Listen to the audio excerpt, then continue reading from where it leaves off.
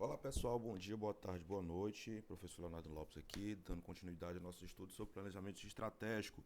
E nessa reta final nós temos que dar uma acelerada aqui quanto ao conteúdo para fecharmos a carga horária, não deixando de abordar os temas principais que norteiam o nosso assunto, né, referente ao planejamento estratégico. Nessa aula, em específico, nós já estaremos no terceiro capítulo, terceira parte do nosso estudo, né? Com o tema também planejando estratégia, só que agora uma visão sobre as oportunidades de mercado. Antes era de olho no futuro, né? Tinha aquele aspecto mais futurista, mais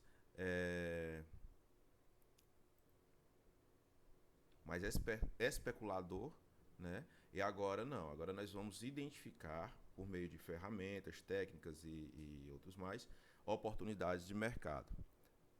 Seguindo ainda o nosso mapa sobre elementos decorrentes do planejamento estratégico, do estudo do planejamento estratégico, hoje em questão nós vamos analisar duas ferramentas, duas matrizes, né? São as análises de Porter, né? As 5 forças de Porter, que acredito que alguns de vocês já tenham escutado, e a matriz BCG, ok?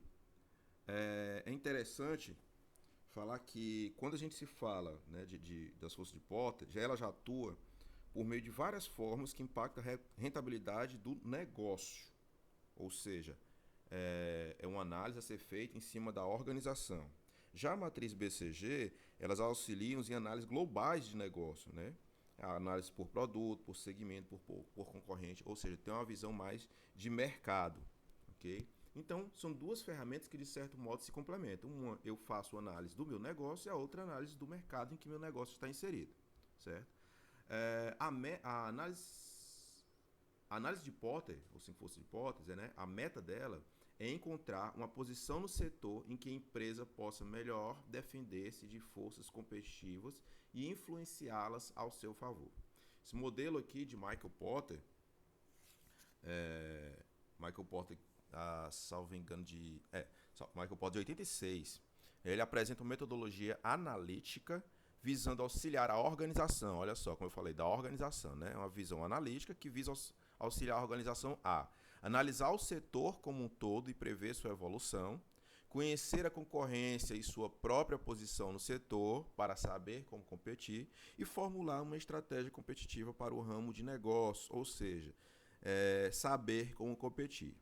As regras são englobadas em 5 forças competitivas. Então a gente entende, né, resumindo essa análise de Porter, com a junção de 5 forças competitivas. E aí são elas: entradas de novos concorrentes, ameaça de substitutos, poder de negociação dos fornecedores, poder de negociação dos clientes ou dos compradores e grau de rivalidade entre concorrentes. Vamos entender mais ou menos cada uma dessas forças, o que cada uma dessas forças quer dizer, né? Aqui é como se faz aqui é uma demonstração resumida da análise de Porter, em que eu tenho o poder de barganha dos fornecedores, o poder, a ameaça de produtos substitutos ao meu produto, né? Poder de barganha dos clientes ou dos compradores, a ameaça de novos entrantes, eu tenho de produtos substitutos e novos entrantes, concorrentes e novos entrantes. E rivalidade entre os concorrentes. Como é que se dá a rivalidade no meu mercado? Ela é mais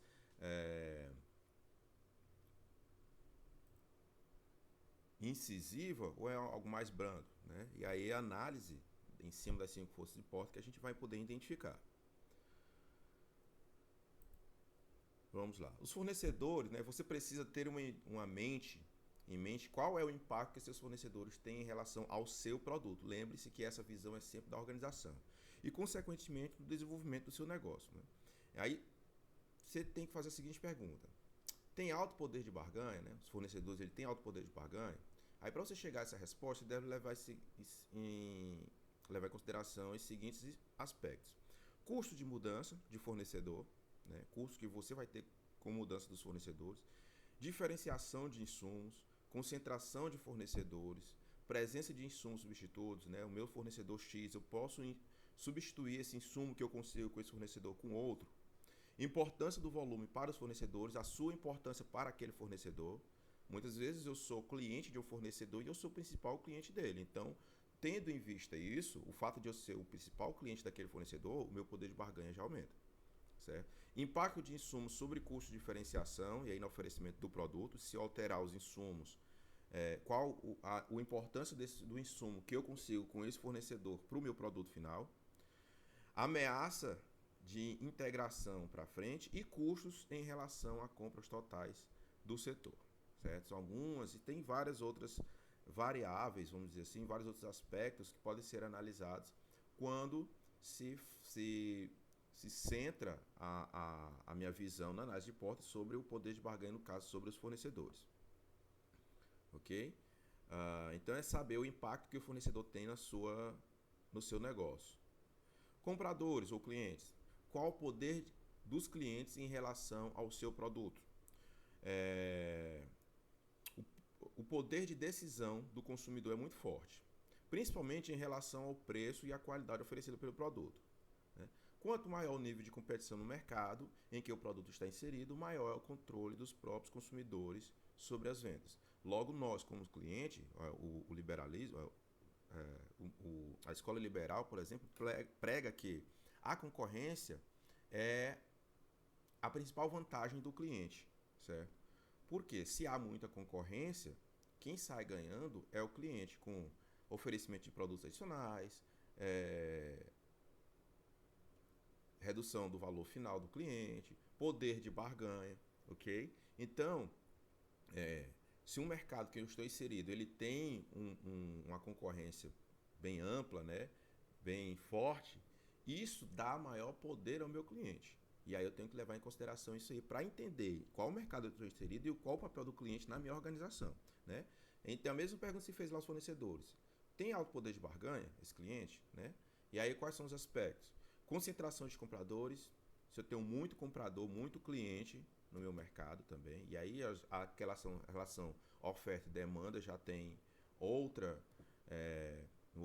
um outro sentido, né? Se eu tenho muito fornecedor, pouco cliente, a minha relação é uma. Se eu tenho muito cliente, pouco fornecedor, a minha relação é outra. Volume de compradores, concentração em volume, e aí não necessariamente a mesma coisa. Concentração é eu ter muito em um espaço X, em um espaço menor. Volume é eu ter muito comprador, certo? Custos de mudança, a mudança para o cliente, né? Custos de mudança. Informações dos compradores, lucro dos compradores, produtos substitutos, se o meu comprador ele tem alternativa de um produto substituto ao meu, capacidade de empurrar produtos, né? De empurrar produtos no mercado, sensibilidade dos preços, identidade da marca. Ok? Então é você verificar aqui o poder de barganha dos seus compradores, qual o papel desse poder de barganha, qual o papel desse grupo de compradores, né, dos clientes para a sua organização. A terceira, o grau de rivalidade com concorrentes. A rivalidade entre empresas de um mesmo segmento é um ponto crucial a ser analisado. Você precisa saber exatamente quem são seus concorrentes diretos, além de acompanhar suas estratégias e desenvolvimento. Descubra como se destacar no mercado em que você está disputado, que vocês estão disputando, né? Analise as vantagens que eles têm, procure conhecer seu público-alvo, suas táticas e falhas. Ou seja, gente, é conhecer o seu concorrente, conhecer quem são eles. Muitas organizações, muitas empresas nem conhecem seus concorrentes, isso é um erro grave. Entender qual a metodologia o seu concorrente está usando, quais as ferramentas ele está usando, se eu estou usando a mesma, se eu estou ficando atrás, se as que eu estou usando são melhor, no que é que eu posso diferenciar na oferta do meu produto, certo? Então, para você entender qual o grau de rivalidade, aí se deve se levar em consideração aspectos como crescimento da indústria, crescimento do mercado que você está inserido, concentração e equilíbrio, né, entre os seus concorrentes, custos fixos, valor agregado, quais são os valores agregados no oferecimento do produto ou serviço, diferença entre produtos e identidade da marca novamente. Né? A marca é algo que vai estar presente, acredito que em todas as outras aqui, porque a identidade da marca é a identidade do cliente, com a sua marca é algo que, mesmo que sendo subjetivo, é algo de grande importância, de grande valia para toda e qualquer empresa, desde a pequena à grande. Entrantes de novos ou novos concorrentes, são os entrantes ou novos concorrentes, né? Eu vou aqui, você e a concorrência já existem. O que você e a concorrência já existente do seu mercado podem fazer para barrar ou pelo menos dificultar, né, ou diminuir a entrada de novos concorrentes, ok? As barreiras de entrada são altas e aí você tem que identificar qual mercado que você está inserido e saber se, bom, o mercado que eu estou inserido aqui é muito fácil entrar um novo concorrente. Ou então, o mercado que eu estou inserido é muito difícil entrar um novo concorrente. E aí você tem que levar em consideração alguns aspectos, alguns fatores. Economia de escala, ou seja, a economia crescente. Identidade da marca, olha ela aqui novamente. Requisitos do capital, ou seja, a entrada nesse meio, para se montar um negócio nesse mesmo ramo que eu estou inserido, requer um capital muito alto. Isso é uma barreira de entrada, ok? Diferença entre produtos exclusivos, acesso aos insumos necessários, muitas vezes o acesso a determinado, por exemplo, se for necessário insumos importados, isso é uma barreira de entrada.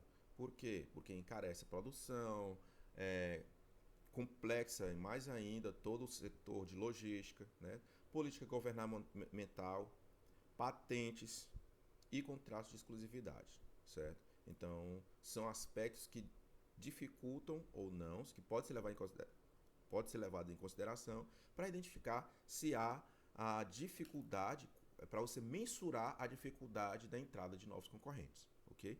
Exemplo,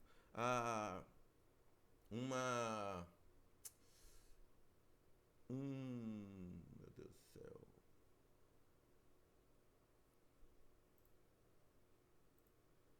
Uma confeitaria, por exemplo, só necessita de o capital, dependendo do tamanho da confeitaria que eu queira abrir, do meu capital, que muitas vezes nem é grande, certo?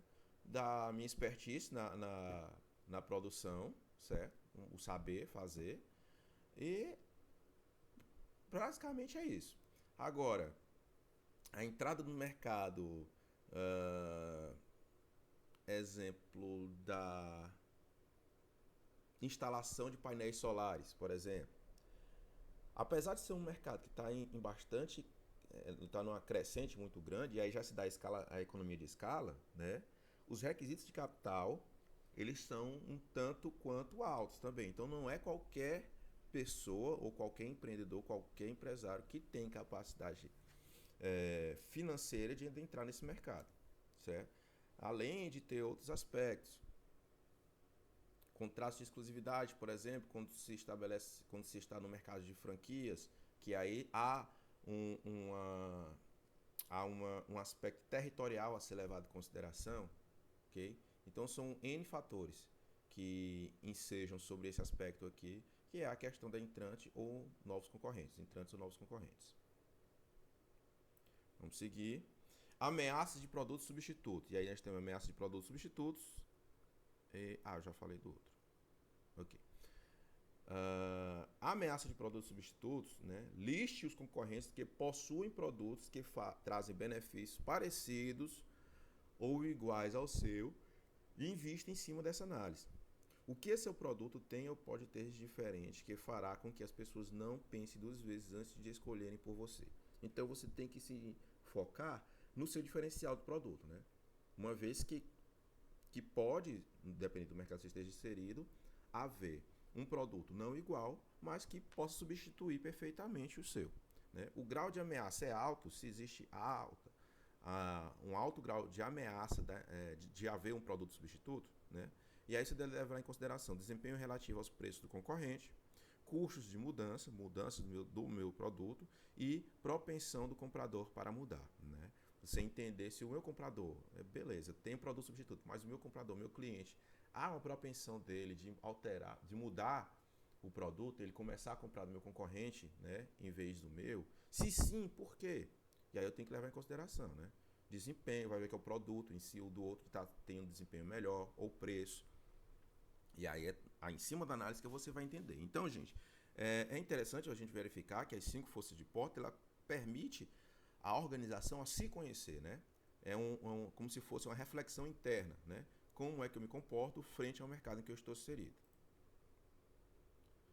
Já a outra matriz, que é a BCG, que é o Boston Consulting Group, né, é uma matriz de 2x2, ou seja, eu tenho um eixo horizontal e um vertical, né, naquele cruzamento de tabela que é usado, que é usualmente, né, que é executado nas matrizes da administração, né. Então é a matriz 2x2 para análise de portfólio de produtos. Olha, a gente já falou o que é portfólio de produto. O que é portfólio de produto? É um cardápio de produto. É um cardápio, e unidade de negócio é um cardápio dos meus produtos, dos meus serviços, tendo como base ciclo de vida do produto. E aí a gente faz um parênteses aqui no ciclo de vida do produto, que a gente vai entender um pouco do que se trata esse ciclo de vida do produto. É dividido em duas partes: crescimento do mercado e participação relativa do mercado, em comparação à participação do seu maior concorrente. Então vamos lá.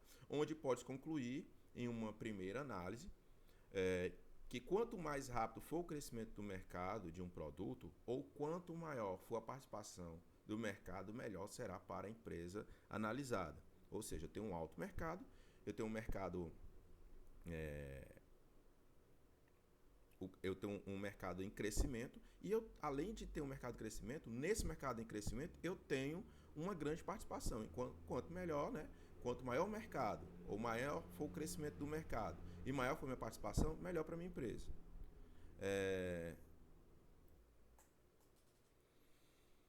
Então, tendo visto isso, né, maior será a sua vantagem competitiva por produto em relação ao seu concorrente. Você identificar nesse mercado onde é que eu estou inserido. E aí, se você verificar, dá para você se posicionar frente ao seu concorrente. Voltando aqui à questão do ciclo de vida do produto, o ciclo de vida de um produto, né, ele se estabelece em 5 etapas. Quais são? O desenvolvimento, né, quando a empresa encontra e desenvolve uma nova ideia de produto. O desenvolvimento do produto, e aí o desenvolvimento do produto começa. Durante o desenvolvimento do produto, as vendas são zero. É claro que está se desenvolvendo, não se tem um produto ainda. E os custos de investimentos da empresa aumentam. Então eu tenho um alto custo e lucro ou entrada ou venda zero. Então eu estou na fase de desenvolvimento do produto. Na fase de ideia, eu pego desde a fase da ideia até o desenvolvimento do produto. Introdução: as vendas crescem lentamente à medida que o produto é introduzido no mercado. Ora, se eu estou introduzido o meu produto no mercado, então espera-se que minha venda seja uma crescente, ok? Mas ela começa desde o nada até índices satisfatórios. Os lucros ainda são inexistentes, porque eu devo se levar em consideração todo o investimento feito na parte todo investimento feito na parte de desenvolvimento, né? Porque os pesados gastos com a introdução do produto superam as vendas. E aí eu tenho os custos com desenvolvimento, os custos com manutenção, os custos com mão de obra, os custos com promoção, e às vezes, muitas das vezes, as entradas provenientes das vendas não conseguem suprir todos esses custos. Crescimento é o período de rápida aceitação no mercado, né? E aí eu tenho um aumento dos lucros, ou o começo dos lucros. Maturidade: o crescimento das vendas diminui porque o produto obteve aceitação pela maioria dos compradores em potencial. Os lucros diminuem porque os gastos em marketing precisam ser aumentados para defender o produto contra a concorrência. Ou seja, quando o produto já está estabelecido no mercado. E o declínio é quando finalmente as vendas caem, os lucros caem também. Então eu tenho tanto a queda de venda quanto a queda de lucro. Exemplo, olha só, o ciclo de vida do produto. É um exemplo que a Ford deu para o fechamento aqui, né, das fábricas no Brasil. Segundo a Ford, os produtos dela estavam em um declínio de vendas, né, e consequentemente de lucros. Embora relatórios aí informem que o Ford Ka, por exemplo, foi o carro mais vendido no Brasil no ano de 2019, salvo engano. Ok? Mas foi um dos aspectos elencados pela empresa para poder justificar o fechamento das fábricas. E aqui nós temos o gráfico de vendas, de ciclo de venda do produto. Eu tenho aqui o tempo, esse eixo aqui é o tempo, e aqui o eixo das vendas e lucros. Pronto. Aqui eu tenho uma linha que mostra o meu lucro. O meu lucro tá zerado, tá vendo? Tá abaixo, tá no vermelho aqui, ó, tá abaixo do eixo. Então, se está no vermelho, isso quer dizer que eu estou na fase de desenvolvimento. Eu estou só desenvolvendo o produto. E a venda? Venda zerada, ó, não tem nenhuma venda aqui, certo? Eu estou só desenvolvendo, eu estou só investindo. Desde a minha ideia até a finalização do meu produto. Eu estou só investindo. Então, eu estou na fase de desenvolvimento. Pronto, aqui eu comecei a introduzir no mercado. E aí eu tenho vários custos ainda embutidos, né? Mas eu já comecei a vender, ó, e ela está numa crescente aqui. Aí, embora pequena, eu estou... e você pode ver que se a gente colocar aqui uma escala, o custo, os meus custos em cima ainda estão maiores do que as minhas vendas. Aí eu começo a fase de crescimento. E aí sim, eu começo a ter um lucro acima do eixo zero, vamos dizer assim, que é certo?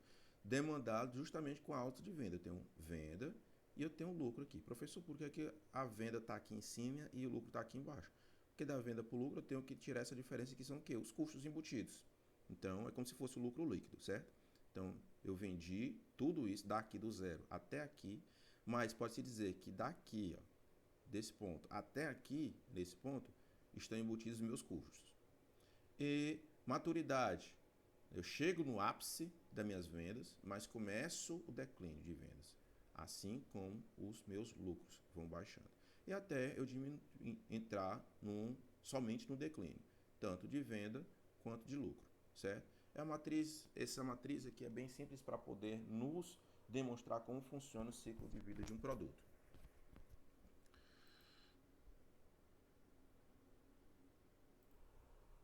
E agora que a gente já viu o que é o ciclo de vida do produto, e a gente já no slide anterior, nos slides anteriores já abordou o conceito de matriz BCG, vamos lá. Essa então é a matriz BCG, certo?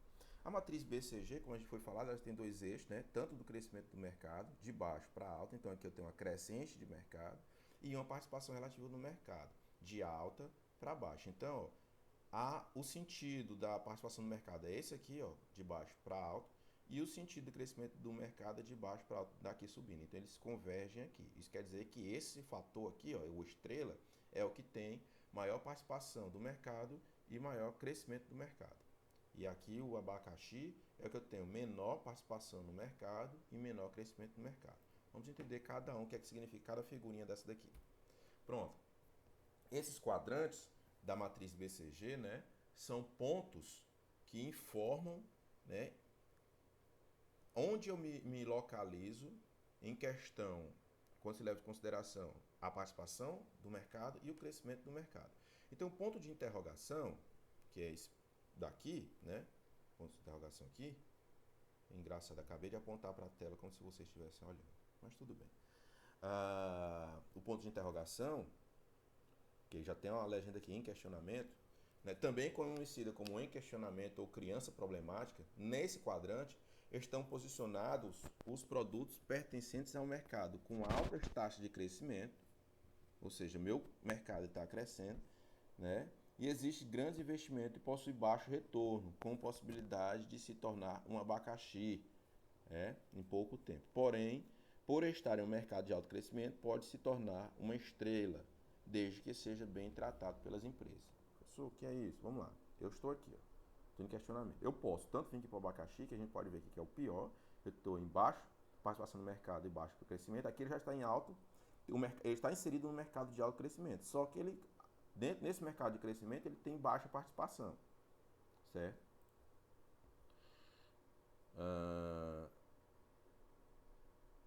Depois nós temos a estrela. Nesse quadrante, estrela, tá ali, ó. Nesse quadrante, estão posicionados produtos com alta participação no mercado, com alta taxa de crescimento e com alta taxa de crescimento. São líderes de mercado, exigindo grandes investimentos. Caso o crescimento do mercado seja produzido, pode facilmente se tornar uma vaca leiteira.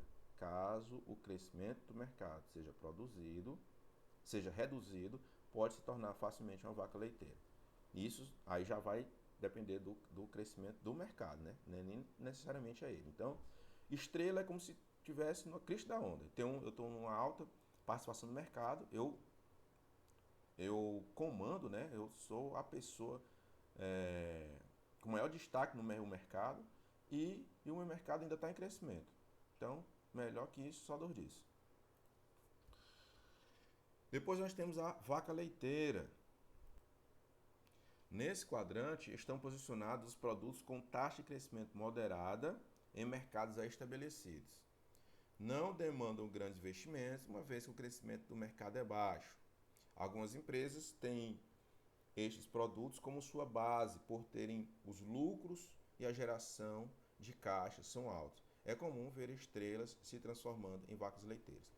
Pessoal, é interessante também, aqui como ele falou, algumas empresas têm produtos em sua base, porque muitas vezes essa análise é feita não sob o se bem que foi falado bem. Ah, tá aqui, certo.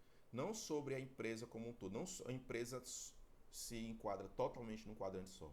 Às vezes, a empresa pode se estabelecer, se enquadrar em todo o quadrante. Como? Levando em consideração o portfólio de produtos. Então, ofereço vários produtos, e aí cada produto que eu ofereço, inclusive vou colocar aqui um exemplo para vocês, ele se destaca ou se enquadra em um desses quadrantes, certo?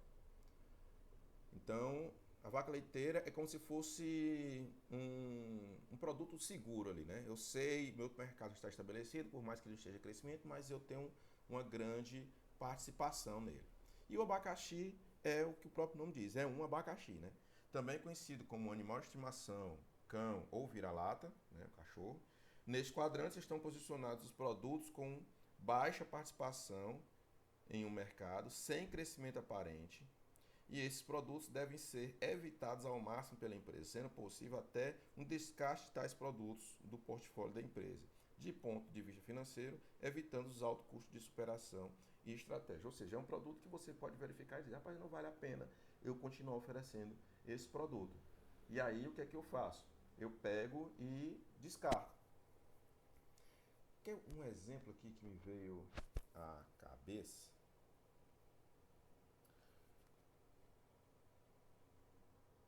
Senão é melhor não, porque senão vai confundir. É melhor só o exemplo que eu vou postar aqui junto com a aula. Então, ó, nós temos aqui, em vista isso, um exemplo aqui foi retirado do site de uma empresa, né? É o Luminous, é a empresa Luminous, a marca Luminous. Eita.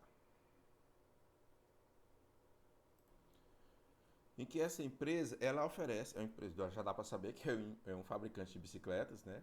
Ela oferece uma gama de produtos. E aí eu tenho o mountain bike, modelos mountain bike, modelos infantis, modelo utilitário de transporte, modelo Luminous, cross e elétrico. Então, vamos lá. O que estaria na minha estrela, né, que é o principal quadrante, é o modelo mountain bike. Então, eu tenho um alto crescimento e alta participação no mercado. O que eu teria uma participação no mercado até grande, mas o mercado não é então crescimento assim, são os modelos infantis. E aí eu tenho o Luminous ou Cross, que eu tenho uma participação no mercado pequeno, mas há um crescimento nesse mercado. Então a gente pode enxergar um potencial nisso. E os modelos utilitários, as bicicletas cargueira barra zona circular aqui, de boa. Certo? Então eu tenho um mercado, uma participação pequena em um mercado não em crescimento, ou até em retração. Certo? Ou seja, a análise aqui foi feita em cima do portfólio de produtos da empresa. Isso é um exemplo clássico, certo? Para a gente poder identificar. Então, o que é que eu posso fazer isso? Em vez de identificar em que mercado desse daqui, eu como empresa toda empresa me enquadro, eu posso verificar os produtos oferecidos pela minha empresa e ver em qual desses quadrantes aqui cada um deles se enquadra, para você verificar inclusive o descarte de algum, que seria aqui no caso o do abacaxi, se for o caso, né?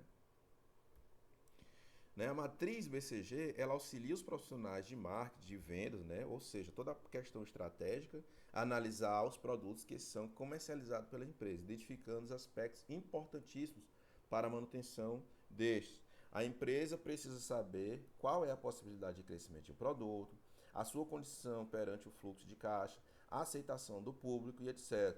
Por isso é preciso que o departamento de marketing ou o planejamento em si domine essa ferramenta e se utilize de forma mais eficaz possível, ou seja, é algo que deve se levar em consideração na fase inclusive de monitoramento do planejamento, da execução do que foi planejado, certo? Bem, pessoal, é isso aí. Espero que vocês tenham entendido. Qualquer dúvida, podem entrar em contato comigo. Eu vou postar aqui um material complementar, certo? E vamos dar continuidade aos nossos estudos e teremos mais material aí para ser discutido nessas semanas que vem, ok? Valeu, muito obrigado e até a próxima.